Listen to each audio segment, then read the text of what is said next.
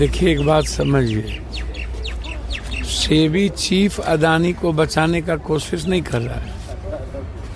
इस देश के प्रधानमंत्री जी ही बचाने की कोशिश 24 घंटा करते हैं। सैया भेल कुतवाल तो अब डर काहे का। पैसे वालों के लिए कानून उसकी जागीर है, कानून को वो कुछ समझते ही नहीं है। और पैसे वालों के लिए कानून बिकता भी है। तो बड़े मियाँ तो बड़े मियाँ, छोटे मियाँ सुभान अल्लाह। हर डाल पर उल्लू बैठा, अंजाम गुलिस्ता क्या होगा। ये जो परिस्थिति है पूरे देश की, आज अदानी या अंबानी की शादी ब्याह में उसके नेता लोग कपड़े धोने जाएंगे, थाली उठाने जाएंगे, 2 करोड़ की घड़ी लेने जाएंगे, तो इस देश का क्या होगा। गरीब और आम आदमी की यहाँ कोई शादी ब्याह में कहाँ जाता है, या उसकी जरूरत कहाँ पड़ती है किसी। तो इसीलिए आज परिस्थिति बहुत ज़्यादा, इस देश की इकोनॉमी खराब हो चुकी है। आम आदमी हिंदू मुसलमान में लगा दिए गए हैं, बैकवर्ड फॉरवर्ड में लगा दिए गए हैं। नहीं तो नीट्स का इतना बड़ा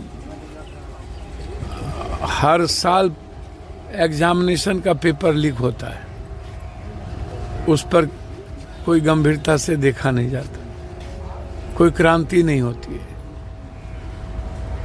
अभी ST/SC के क्रीमिलियर के मामले को लेकर के कोई एक लाइन बोला तक नहीं डर से। भाई आप कैसे क्रीमिलियर ST/SC में लगाओगे, OBC में आपने पहले ही लगा दिया। अब ST/SC के बीच झगड़ा, पहले तो आप उसकी इकोनॉमी को देखोगे ना यार। 1.3% भी उसका एजुकेशन ग्रोथ नहीं है, उसकी इकोनॉमी नहीं है। मंडल कमीशन के बाद कितना उसको फायदा मिला या नहीं मिला, जनरल को क्या मिला, इस पर कोई मूल्यांकन नहीं हुई। तो अब कोई चीज़ पीक पर जाएगा, उस पर कोई चर्चा नहीं होती। चर्चा होगा 3 विधानसभा का चुनाव है तो हिंदू मियाँ का सेंटीमेंट पैदा कर।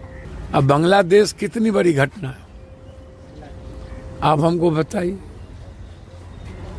आपको भारत के मियाँ से आपको बड़ा कष्ट, ST/SC से बड़ा दिक्कत, और शेख हसीना जी से बड़ा मोहब्बत। सारा पैसा आप उठा करके बांग्लादेश तो भारत की इकोनॉमी से ज़्यादा सस्टेनेबल है ना भाई। और भारत का जो हालात है, गरीबी का, इंडेक्स का, इकोनॉमी का, रोजगार का, उससे तो कई अरब गुना टाइप बांग्लादेश अच्छा है। बांग्लादेश की बैंकिंग सिस्टम, लेकिन आज बांग्लादेश हमारा जो सबसे अच्छा दोस्त है, वो भी चाइना के हाथ में हमने कठपुतली बना दी, और अमेरिका ने इंटरनल झगड़े लगा दिया। ये कोई स्टूडेंट का आंदोलन या आरक्षण के आंदोलन की लड़ाई थोड़ी थी। वहाँ किस बात का लड़ाई होगा।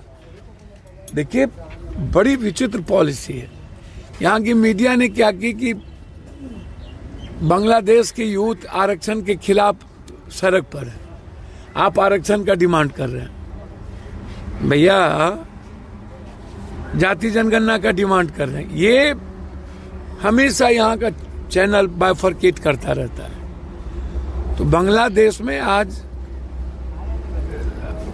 हमें याद आता है इंदिरा गांधी, जिसने पाकिस्तान बांग्लादेश को अलग करके एक आज़ादी के पहले से लेकर के जो हालात थे उसको भारत के लिए एक बेहतर दोस्त बनाया। और बांग्लादेश आज वहाँ के लोगों को हमने अपने पॉलिसी के कारण दुश्मन बना लिया। चाइना के हाथ में, दोनों हाथ में लड्डू है। नेपाल दुश्मन हमारा, पाकिस्तान दुश्मन, श्रीलंका की वही हाल, वियतनाम को वही हाल, बांग्लादेश चला गया। और अब बांग्लादेश के टापू पर अमेरिका अपनी एक बड़ा विराट फौज खड़ा करे और वहीं से वो चाइना, इंडिया सबको देखेगा। तो इस झगड़े के पीछे तो अमेरिका की भूमिका है। अमेरिका ने बांग्लादेश और बाकी भारत के रिश्तों को खराब करने में कोई कसर बाकी नहीं रखी। चाइना तो मजे ले रहा है, पाकिस्तान मजे ले रहा है, और हमारा एक दोस्त चला गया।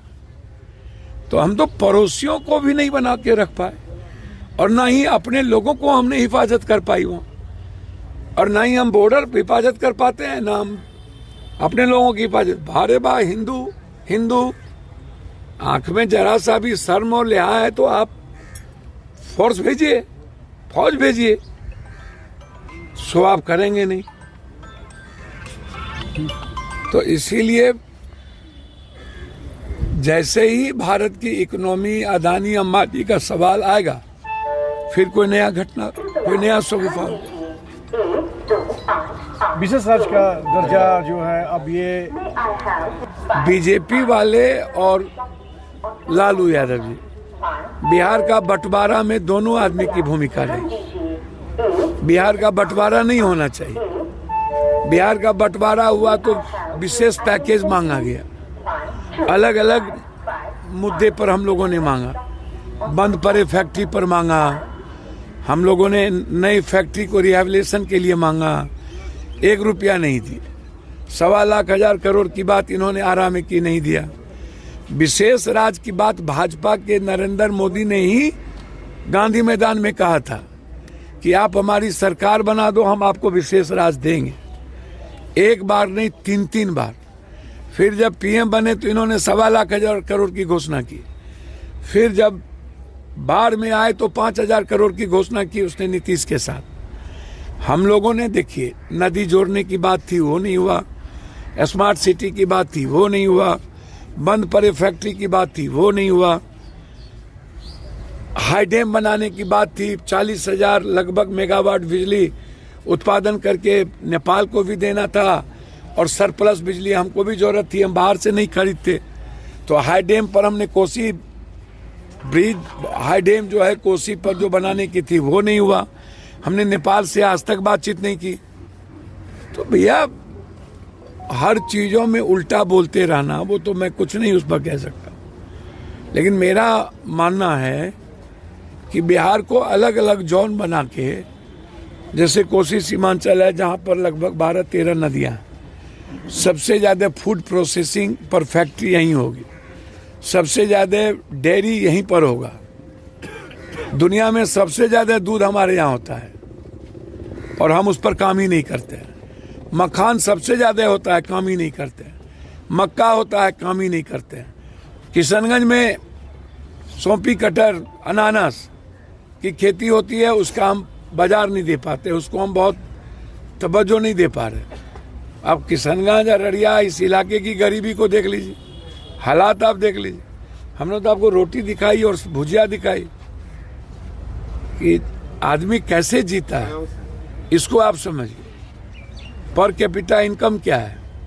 तो अब इससे ज्यादा मापदंड किसको चाहिए विशेष राज्य? तो इसीलिए मगध को आप पानी के लिए विशेष पैकेज दे दीजिए, और कोसी, मिथिला, सीमांचल को आप 2.25 करोड़ मजदूर यहाँ से पलायन करता है लगभग इस इलाके से।